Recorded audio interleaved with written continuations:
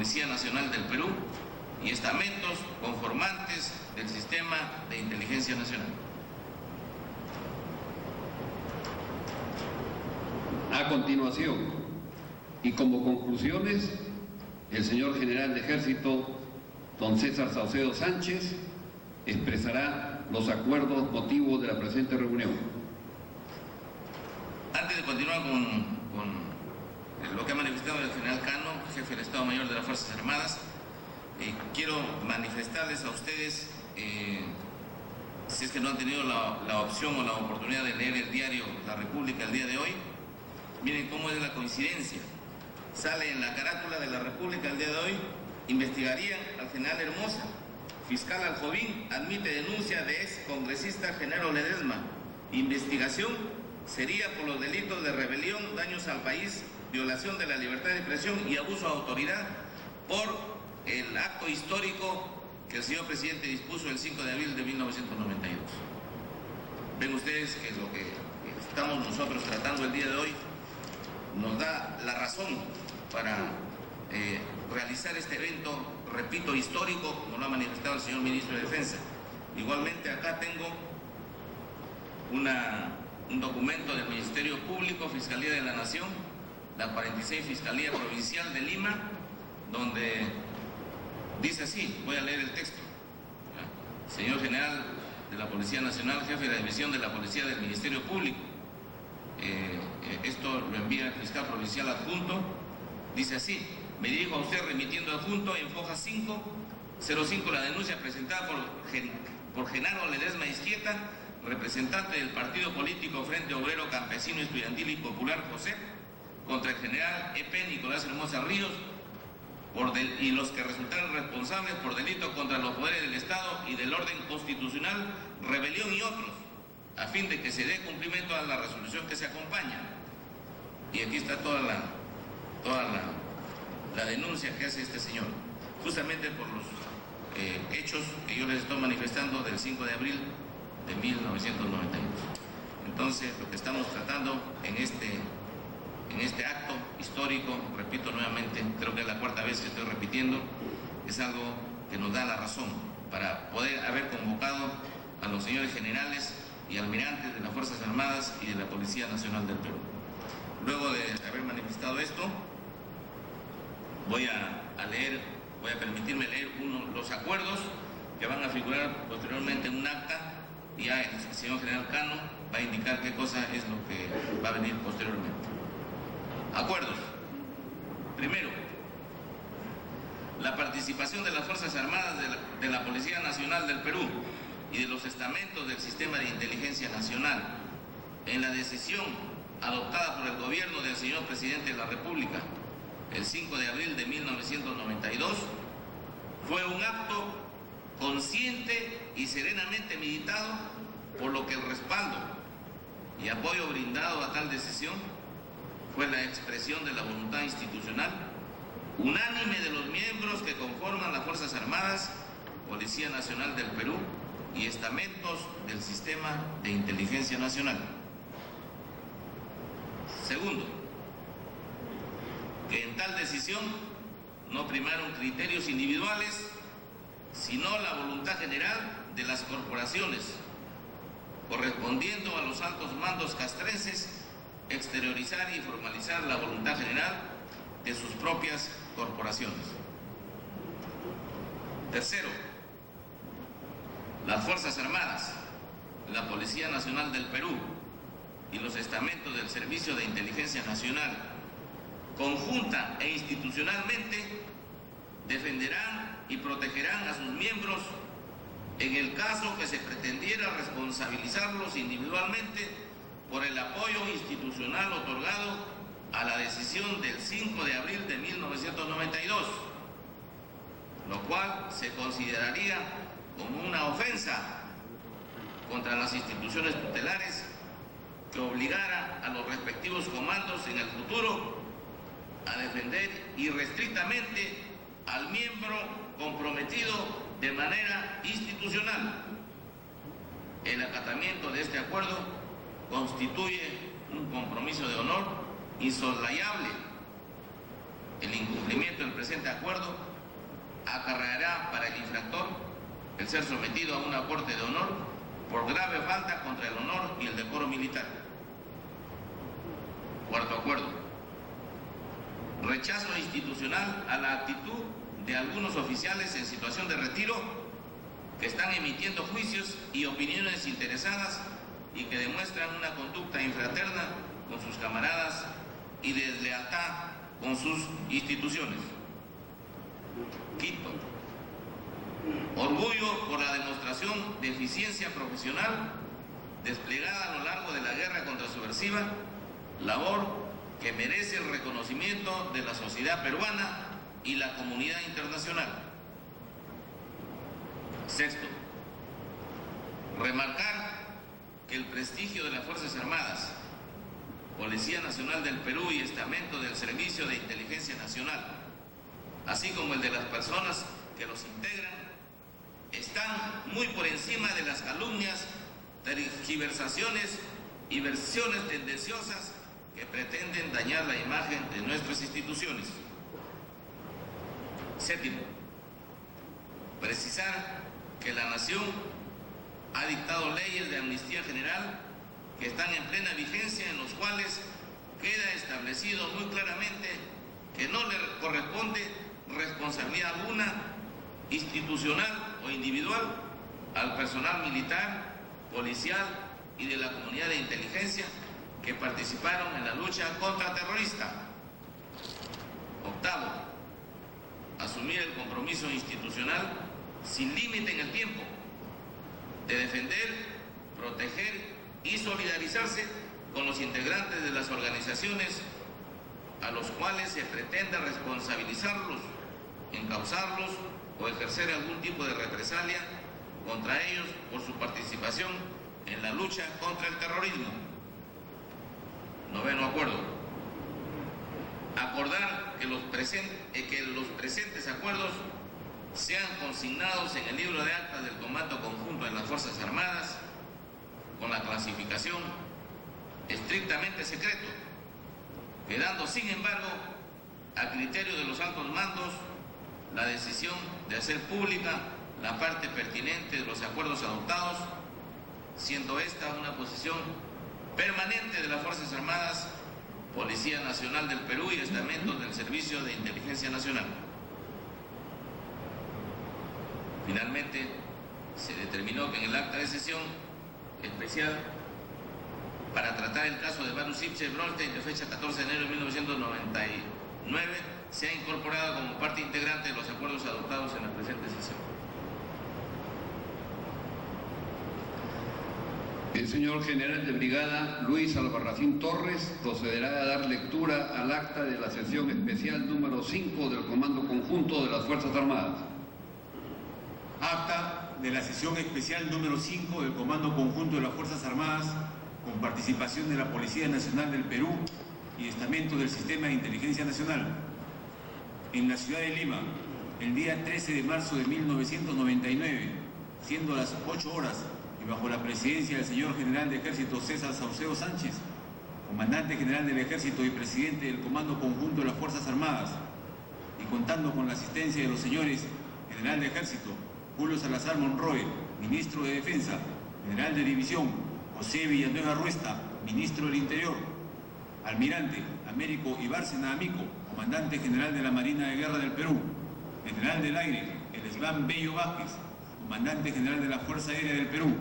Teniente General de la Policía Nacional del Perú, Fernando de Andera Sotone, Director General de la Policía Nacional del Perú, Contraalmirante Humberto Rosas Bonuccelli, Jefe del Sistema de Inteligencia Nacional, Doctor Vladimiro Montesinos Torres, Asesor del Sistema de Inteligencia Nacional. Asistieron también todos los señores generales y almirantes que conforman las Fuerzas Armadas y la Policía Nacional del Perú, que se encuentran en el país, que representan a la totalidad de los miembros de las Fuerzas Armadas, Policía Nacional del Perú y del Sistema de Inteligencia Nacional. El señor General de Ejército, Comandante General del Ejército y Presidente del Comando Conjunto de las Fuerzas Armadas, declaró abierta la sesión e indicó a los señores oficiales generales y almirantes presentes que se les había convocado para tratar sobre asuntos de la mayor importancia para las Fuerzas Armadas, la Policía Nacional y los estamentos que conforman el sistema de inteligencia nacional. El primer asunto estaba íntimamente relacionado con la decisión adoptada por el señor Presidente de la República y Jefe Supremo de las Fuerzas Armadas y Policía Nacional del Perú, ingeniero Alberto Fujimori Fujimori, que contó con el respaldo institucional de las Fuerzas Armadas, Policía Nacional del Perú y estamentos conformantes del sistema de inteligencia, que en forma unánime se adoptara el 5 de abril de 1992 y que ahora estaba siendo manipulada y criticada por elementos interesados en dañar la imagen institucional. El segundo asunto era igualmente de vital interés, en la medida que diversos sectores ampliamente conocidos y caracterizados por su antimilitarismo, así como por ser radicales opositores del gobierno, tomando como pretexto una supuesta defensa de los derechos humanos, venían desarrollando una intensa campaña de desprestigio y ataques arteros contra las Fuerzas Armadas, Policía Nacional y estamentos conformantes del sistema de inteligencia, acusándolos de violaciones de los derechos humanos, pretendiendo ignorar alevosamente que a partir del año 1990, con el advenimiento del ingeniero Alberto Fujimori Fujimori a la presidencia de la República, se había diseñado y se llevaba a ejecución una nueva y exitosa estrategia de pacificación nacional, en la que, entre uno de sus aspectos fundamentales, se ponía especial énfasis en el respeto a los derechos humanos y a la protección de la población frente al accionar homicida de los grupos terroristas que, en alianza criminal con el narcotráfico corruptor, constituían factores de perturbación de la seguridad nacional. En cuanto al primer asunto, señaló que coincidentemente el diario La República, en su edición del día jueves 11 de febrero del presente año, consignaba dos informaciones. En la primera se señalaba que Genaro Ledesma Izquieta, en su condición de, entre comillas, líder de la fantasmal organización Frente Obrero Campesino Estudiantil y Popular JOSEP, había presentado ante la Fiscalía de la Nación una denuncia penal contra el expresidente del Comando Conjunto de las Fuerzas Armadas, general de división Ejército Peruano en situación de retiro, Nicolás de Bari Hermosa Ríos, por su participación en el, entre comillas, autogolpe de Estado del 5 de abril de 1992, acusándolo de los delitos de rebelión, daños al país, violación de la libertad de expresión y abuso de autoridad. La segunda información hacía referencia a una exposición hecha por el general de división Ejército Peruano en situación de retiro, Jaime Salinas Sedó, en el foro Retos y Posibilidades del Proyecto Nacional, organizado por un autodenominado Comité Cívico por la Democracia, y en la que, entre otros conceptos, señaló con referencia al pronunciamiento del 5 de abril de 1992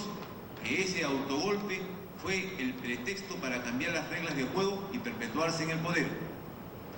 Estas expresiones, vertidas por dos elementos que ideológicamente representan posiciones polares, pero que tienen en común su animadversión contra el actual gobierno, sus Fuerzas Armadas, Policía Nacional y Sistema de Inteligencia Nacional, y que son recogidas por un diario, consideró que no deben interpretarse como hechos aislados, sino como el comienzo de una campaña sistemática que inserta dentro de la lucha preelectoral que está desarrollándose en el país, pretendería involucrar a las instituciones tutelares y a quienes en su momento las comandaron, con relación a decisiones trascendentales que se tomaron en su momento, con el claro propósito de dañar la imagen y prestigio institucional, atribuir responsabilidades individuales a sus más altos mandos y conseguir, vía el amedrentamiento, la inhibición de dichas instituciones para adoptar decisiones que son esenciales para la vida y el desarrollo del país. Ante estas protervas intenciones, señaló que era preciso puntualizar algunos aspectos referidos a la situación que vivía la nación por aquella época y en la que se estaba generando un clima de ingobernabilidad sumamente peligroso para la supervivencia democrática del Perú. No podemos olvidar, dijo, que diversos grupos políticos, sin importarles el interés nacional, optaron por bloquear o desnaturalizar desde el Parlamento los decretos legislativos que oportunamente promulgara el gobierno y que constituían el marco legal necesario que permitía a las fuerzas del orden combatir al terrorismo y al narcotráfico, a la vez que establecían las bases para que un poder judicial conformado por magistrados competentes y honestos estuviera en capacidad de sancionar drásticamente la violencia sangrienta y criminal con que el terrorismo amenazaba destruir la institucionalidad del país. Todo ello, junto con otras medidas legislativas que iban a hacer posible superar la vulnerabilidad que implicaba para el Estado de Derecho el ser atacado durante 10 años por una forma de guerra irregular para la cual no estaba preparado, pues el terrorismo y el narcotráfico aprovechaban las ventajas que les daba un ordenamiento legal concebido para una situación de paz y tranquilidad interna. Pues bien, ante estos decretos legislativos fundamentales, los partidos políticos tradicionales, atrincherados en el Parlamento, adoptaron una posición obstruccionista con el propósito de bloquear la acción del gobierno. De una parte, derogaron las normas dictadas para contrarrestar el terrorismo y el narcotráfico.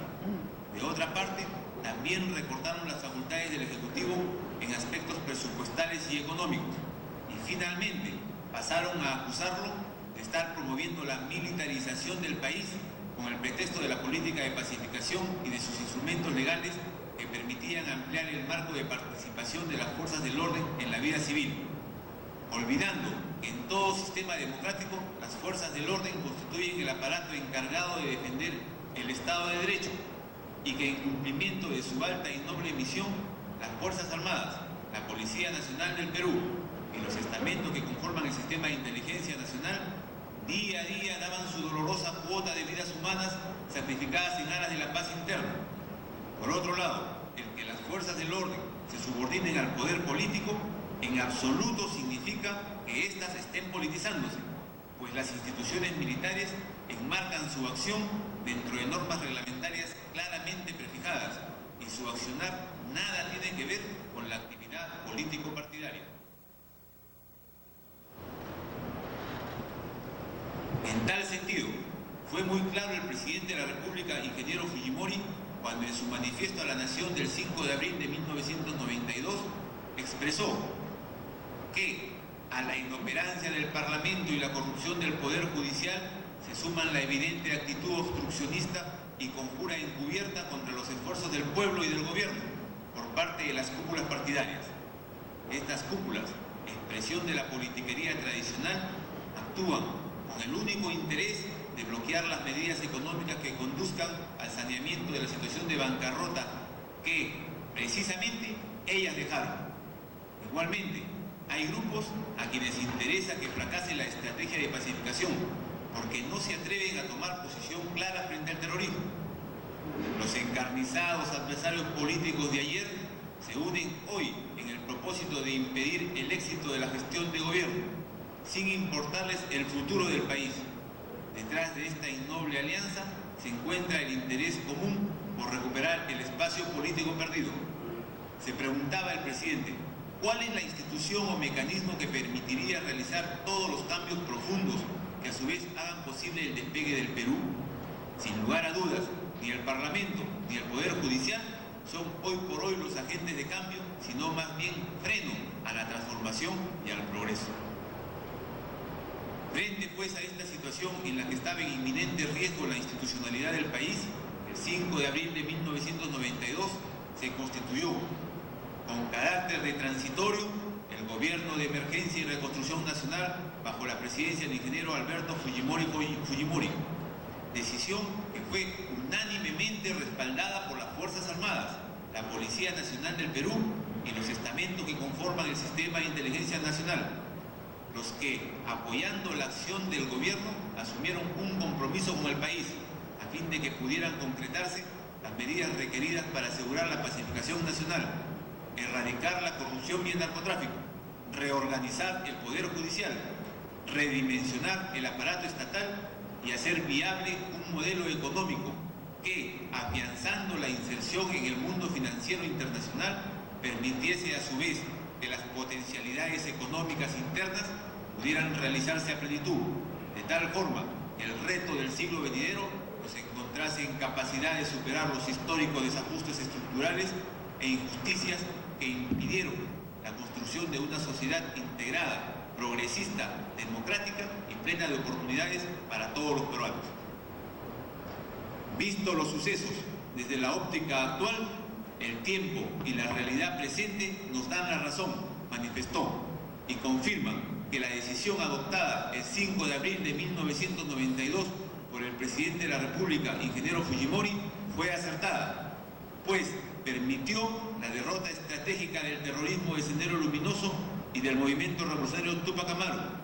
y el combate frontal contra el narcotráfico corruptor, que en alianza criminal constituyeron un factor permanente de perturbación de la seguridad nacional, poniendo en peligro la viabilidad del Perú como Estado-nación, habiendo merecido el reconocimiento de la comunidad internacional. A todos los señores oficiales generales y almirantes integrantes de las Fuerzas Armadas, Policía Nacional y los estamentos que conforman el sistema de inteligencia nacional aquí presentes, añadió, les consta que siempre, en todas las circunstancias que han rodeado nuestra acción abnegada de servicio al país, supimos mantenernos al margen de aquello que no fuese el interés superior de la patria. Nos hemos limitado, pues, a trabajar en la certeza que con el aporte que brindábamos de alguna manera, estábamos contribuyendo al desarrollo y bienestar de nuestro pueblo. Por ello, frente a las actitudes y acusaciones que en la hora presente se están formulando contra la decisión institucional que adoptaron las fuerzas del orden el 5 de abril de 1992 de apoyar al gobierno de emergencia y reconstrucción nacional, y frente a los falaces argumentos que tratan de presentar la decisión de los altos mandos institucionales como si se hubiera dado al margen y sin interpretar el sentir general de nuestras respectivas instituciones, y también frente a la necesidad de mantener en alto el honor y el decoro institucional de las fuerzas del orden, que no debe ser mellado, consideramos que es absolutamente necesario dejar de manifiesto con la más transparente claridad que la posición adoptada el 5 de abril de 1992 fue la expresión del sentir institucional y la voluntad unánime de todos los componentes de las Fuerzas Armadas, de la Policía Nacional y de los estamentos que integran el sistema de inteligencia nacional en todos los niveles y grados que conforman la jerarquía de dichas instituciones. Con relación al segundo asunto, el señor general de Ejército, comandante general del Ejército y presidente del Comando Conjunto de las Fuerzas Armadas, expresó que todas las instituciones que de una u otra manera estuvieran vinculadas a la lucha contrasubversiva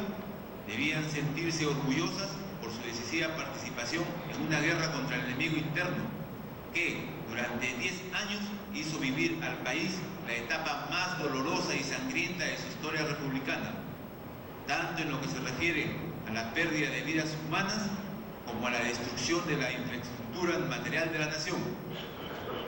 El éxito obtenido en esta lucha contra el terrorismo homicida, acotó, no solo ha significado el reconocimiento agradecido de todos los sectores de la población, que ahora pueden vivir en paz y dedicarse al trabajo creador, sino que igualmente ha sido reconocido por todos los países integrantes de la comunidad internacional como una nueva estrategia de pacificación, eminentemente peruana, que fue diseñada por el señor Presidente de la República y que ha demostrado su eficacia para derrotar al terrorismo en una guerra cruenta e irregular, pero respetando los derechos humanos dentro de las leyes propias de un Estado democrático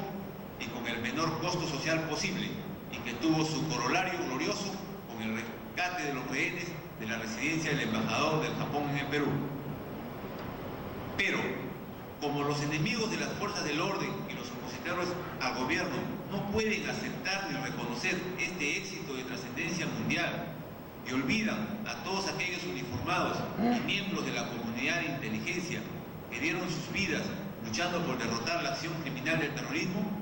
no les queda otro recurso que calumniar, difamar, tergiversar, incriminar gratuitamente y pretender dañar la imagen de nuestras instituciones, acusándolas de supuestas violaciones de los derechos humanos. A este respecto, debemos mencionar que el 15 de junio del 95 se expidió la ley número 26479, cuyo artículo 1 a la letra dice: concédase amnistía general al personal militar, policial o civil, cualquiera que fuese su situación militar, policial o funcional correspondiente, que se encuentre denunciado, investigado encausado, procesado o condenado por delitos comunes y militares en los fueros común o privativo militar, respectivamente, por todos los hechos derivados u originarios como ocasión o como consecuencia de la lucha contra el terrorismo y que pudieran haber sido cometidos en forma individual o en grupo desde mayo de 1980 hasta la fecha de promulgación de la presente ley. Asimismo, el artículo 6 de la mencionada ley señalaba textualmente: los hechos o delitos comprendidos en la presente amnistía, así como los sobreseimientos definitivos y las absoluciones, no son susceptibles de investigación, pesquisa o sumario, quedando todos los casos judiciales en trámite o en ejecución archivados definitivamente. Adicionalmente, añadió el señor presidente del Comando Conjunto: el 30 de junio de 1995 se promulgó la ley 26492, cuyo artículo 3 textualmente dice: interprétase el artículo 1 de la ley número 26479 en el sentido que la amnistía general que se concede es de obligatoria aplicación por los órganos jurisdiccionales y alcanza a todos los hechos derivados u originados con ocasión o como consecuencia de la lucha contra el terrorismo, cometidos en forma individual o en grupo desde el mes de mayo de 1980 hasta el 14 de junio de 1995, sin importar que el personal militar, policial o civil involucrado se encuentre o no denunciado, investigado, sujeto a proceso penal o condenado, quedando todos los casos judiciales en trámite o ejecución archivados definitivamente de conformidad con el artículo 6 de la ley precitada. No obstante, la vigencia de estas leyes que, conjuntamente con la ley de arrepentimiento, el famoso decreto ley número